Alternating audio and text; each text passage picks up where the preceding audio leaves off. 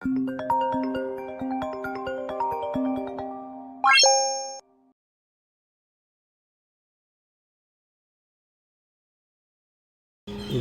nagbe-bell na yung sa simbahan kasi it's 5:30 in the morning now.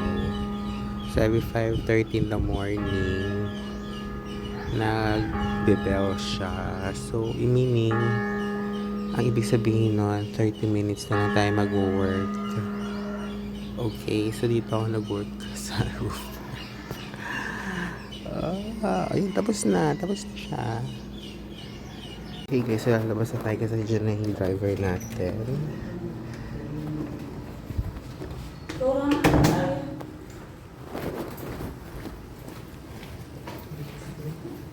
Baba pala. Okay, so nahanap natin yung driver natin sa Facebook. So, inisip ko kasi kahapon ko mag-rent ako. Hindi ako masyadong confident na mag-drive sa city. So, nga po sa Facebook, nanotot si Kuya, 500 pesos lang yung singil niya. So, which is, mura na, diba? Kasi kung mag-rent ako ng motor, ganun din, singil lang din. Diba? Sabi natin 400 yung rent, tapos, pagpagas mo pa yun, diba? Ito 500 tapos may driver pa. So andun na daw si Kuya Sir. Siguro ko sa siya nagpunta. Hanapin natin siya. Saan si Kuya?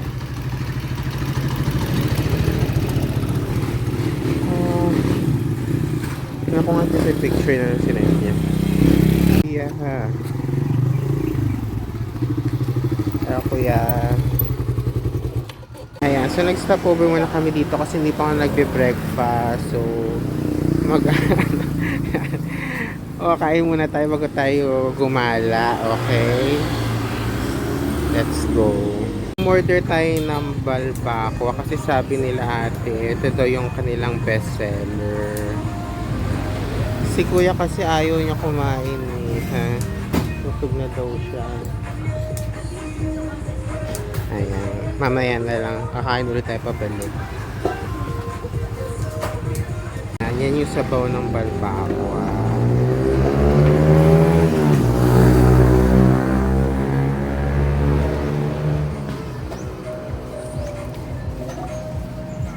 Yummy, diba?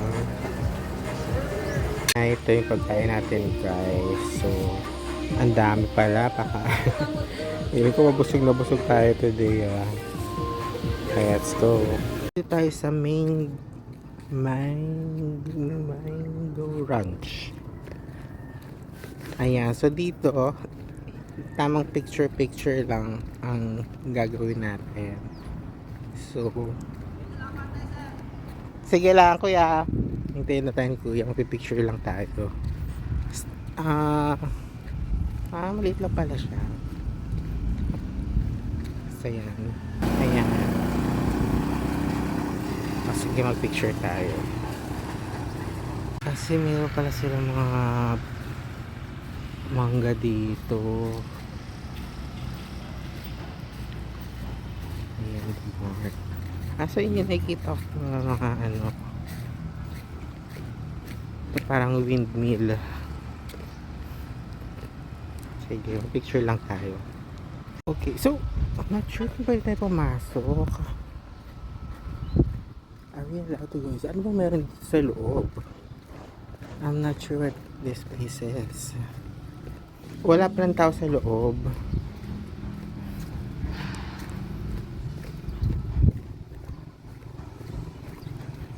Tingnan natin sa side. May magpipintura pala sila. Ayan, kasi gusto natin picturean itong windmill. Ayan. Okay. Pero actually, picture lang siya. So, babalik na tayo. Punta natin si Kuya. Wala namang picture lang siya. So, mabuti na lang siguro na Wednesday ngayon. So, walang masyadong tao. Siguro, inisip ko pag weekend siguro maraming tao nagpipicture. Pupunta sa nagpipicture. So, pero wala namang ano sa loob. Not sure kung bago lang ba to or I'm not sure kung anong plano nila. So, oh my god guys, medyo kumikilimlim. Nararamdaman ko yung maliliit na patak ng ambon. So hopefully sa part na ito medyo madilim, dun sa part na yun medyo maaraw. So sana hindi tayo mabasa.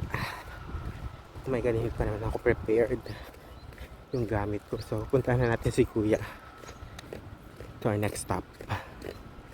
Guys, nakarating na tayo dito sa Sulphur Vent. Ayan. Hello, good morning sir. May bayad ba? Ay, Wala sir. may bayad. Hala ko may... Ayan o. Look. Yung amoy niya parang yung pag dun sa Mount Apo. Kasi pag bakit yan ng Mount Apo, may mga sulfur din siya na mabantot. Yan, pero look o. Feeling ko ang init siya, no? Kaya pala mayroong hot spring. Good morning. Sige, mag-picture lang tayo.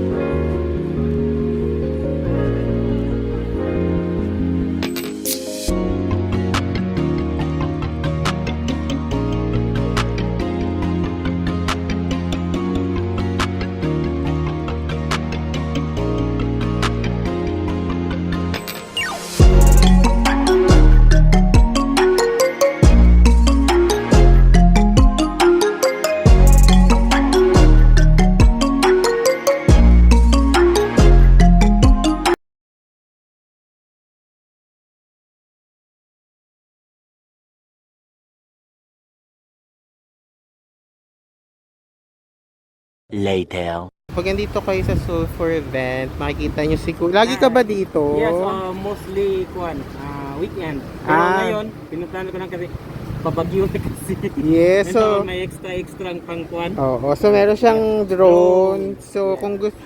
So, meron kayong video, tas picture. Including the whole 360. Oo, tapos yung view ng ano, Including the crater. isi-send ko sa video. Tapos yun. So, 150 yung single ni Kuya, pero tinawaran ko na to 100. So, mabait si Kuya. Thank you, Kuya. Have fun posting. Bye-bye. Nandito na tayo sa Pulang Bato. Malapit lang pala siya dun sa from Sulphur Vent. Less than 5 minutes. Bakit lang siya ng konti. Ayan. So, dito tayo maliligo sa hot spring. Kaya pala mainit. Tingnan natin kung magkano. Kaso, where are they? I mean, are we supposed to pay here? No one's inside. Deep into the relaxation. This way. Siguro picture lang muna natin. Hey guys, nawawala kasi siya kanina. Nahanap ko siya. Ate, magkano? Pila? 100 per head. Okay. Pwede ka na maligo na, no? Okay, thank you. Ayun, so 200 pesos lang. So, pwede na kayo ay 200, 100 lang pala. Tapos pwede na kayo maligo dito sa kanilang hot spring. Meron din sila mga accommodation, sabi nila. Yung pinakamura nila is 2,500. Tingnan nga natin kung ano nakasulat dito. Ayan. So, maliit lang pala siya na pool. Gano'n kaya siya kalalim? Ayan. with a nice view. Let's see what's in here. May mga cottages.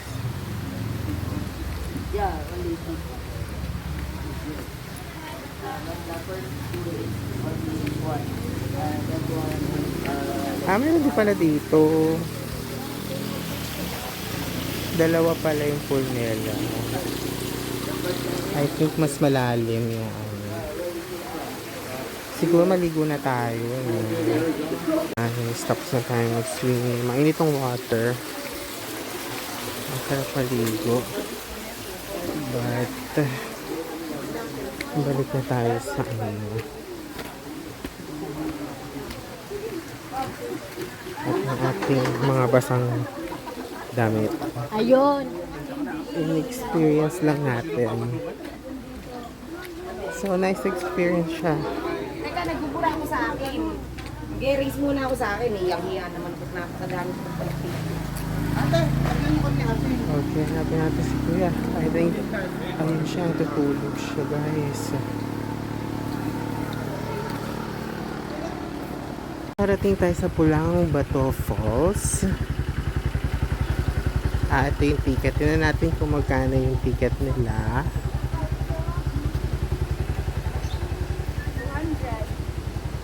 200. Hello. Okay, so 200 pesos yung kanilang entrance fee dito sa falls. Akala ko yun na yun. Sabi pala ni Kuya, meron pa palang Pulang Bato Falls. So, tingnan natin kung ano yung sura ng kanilang falls.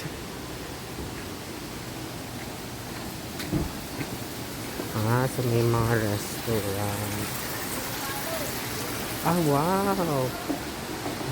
Maganda.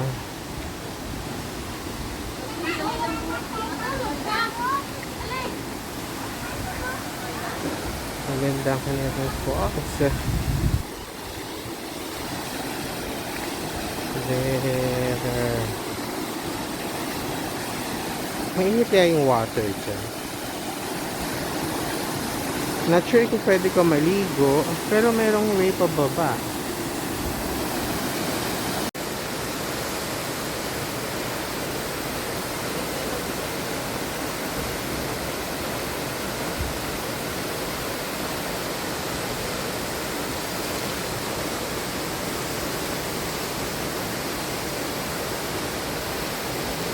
Ngayon, pupunta tayo dun sa may falls. Tatay tayo dito sa may bridge. Papunta dun, pababa sa may falls.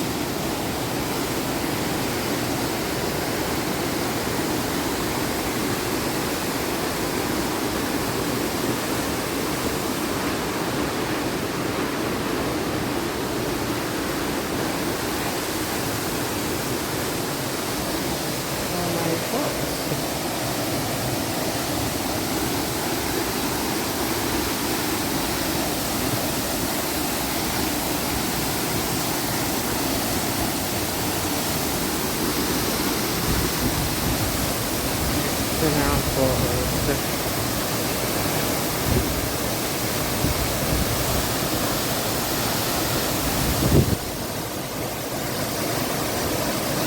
Sa side natin meron din mini falls na mababaw lang tsaka hindi malakas ang water. Yun lang. Not sure kung meron pa din sa side na yun. Anyway, what time is it now? 12:34. So I think punta na tayo sa susunod na destination. 100 lang pala yung entrance kasi akala niya yung driver kasama ko papasok. Hindi. So 100 lang yung entrance. Ano to? Is this a pond? Is a pool? What? I think it's a pool but it's not clean. Doon galing yung water. Pero hindi pa siya puno. Tsaka parang hindi malinis. And yun lang. Tamang picture-picture lang. So, tanungin niya natin kung magkano yung pinakamura nilang accommodation. Kaya magkano yung pinakamura nyo na accommodation? Magkano pinakamura? Pinakabarato? 3,000. Good for 2 na yun. Okay. So, pwede kayo magstay for 3,000 per night. Good for 2 na yun. Tapos meron sila doon barkada room. Hindi ko alam kung ilang tao doon. Pero nakagi 500 per head. Okay, so I think andyan na si Kuya. So, ano kuya, din hintayin kita doon? Diyan na? Sige, okay. Nakarating na tayo sa may forest camp. So, tingnan natin kung magkano ang entrance fee nila.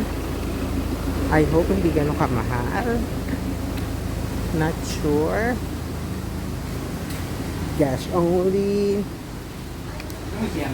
Hello. Pila? 200 ha? 200 per head. Okay, sige. Okay. So, tatatakan nila kayo. 200 pesos ang entrance. Okay na kayo. Ayan. So, I think this is a water park. Not sure. Hindi na ako masyado nag-check ng mga videos or photos. Nag-research lang ako ng mabilis. So, hindi ko alam kung what to expect. A forest camp. So, now it's 101 na. So, saglit lang din tayo dito siguro. And then, ano ba? Saglit lang. Magpipicture lang tayo.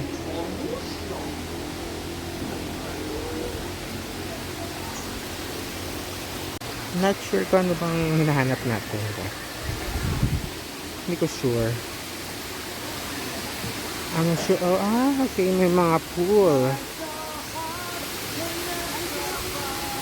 Merong mga pool. At may pa-slide pa sila. Yun pala yun. So, mas malaki yung place. Mas marami kayong liliguan. Mas marami kayong magagawa dito compare dun sa hot spring. Pero, for the experience, parang sarap din maligo. Oo. Maliligo ba tayo, guys?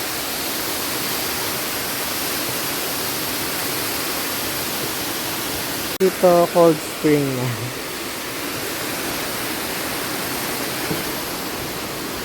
Please don't swing, jump, play on the bridge. Or else, you're gonna die. You're gonna die.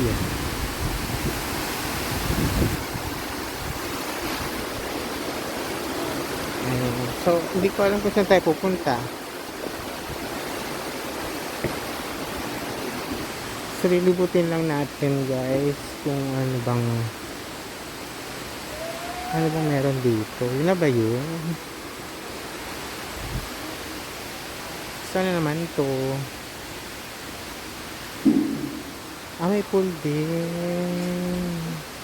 May kawa. May pakawa sila, guys. Dito meron silang pool. Meron din doon.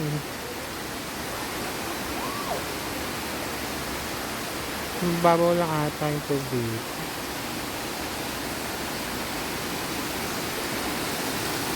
Mas marami pa lang dito, tubig.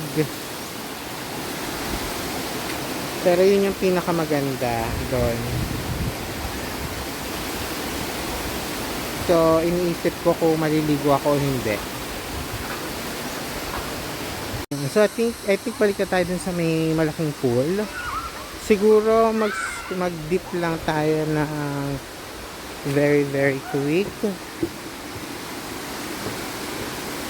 And And so ito, nandito na tayo at medyo mahal yung entrance fee, 200 pesos. Iligo na natin yun kasi yun na yung binayaran natin, diba? So, balik tayo dyan tayo maliligo. Ayan, so nakarating na tayo dito sa may pool nila. Ayan. Ayan, so mga pool dito. Ganyan. Pwede tayo maligo.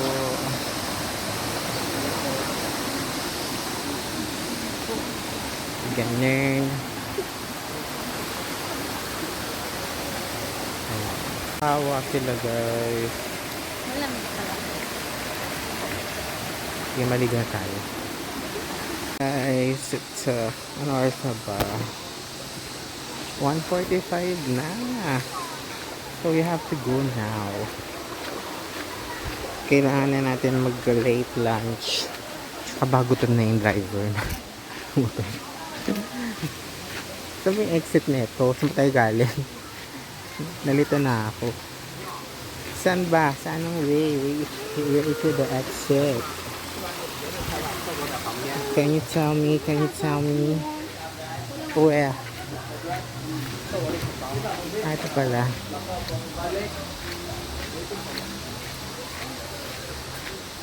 Tama ba? O, tama ito. Ayan, so, tapos na. Pwede na tayo umuwi, guys. Mag-alalan siya lang tayo. Kasi baka gutom si kuya. Ito bang exit? This is the exit. Oh, here. Ah, dito. Asan na si kuya? Ayun si kuya. Tawagin na natin siya.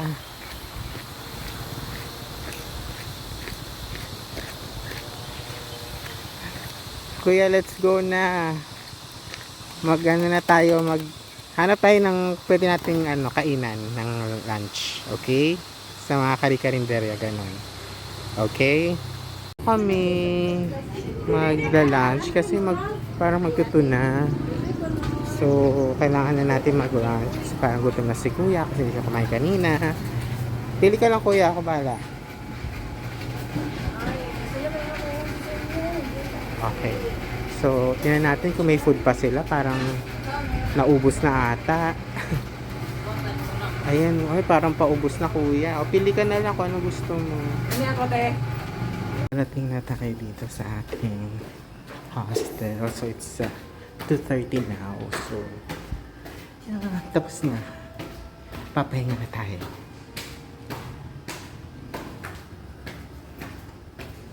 Umuulan na ngayon. Tamang-tama. Pagdating ko dito kasi saka siya umulan.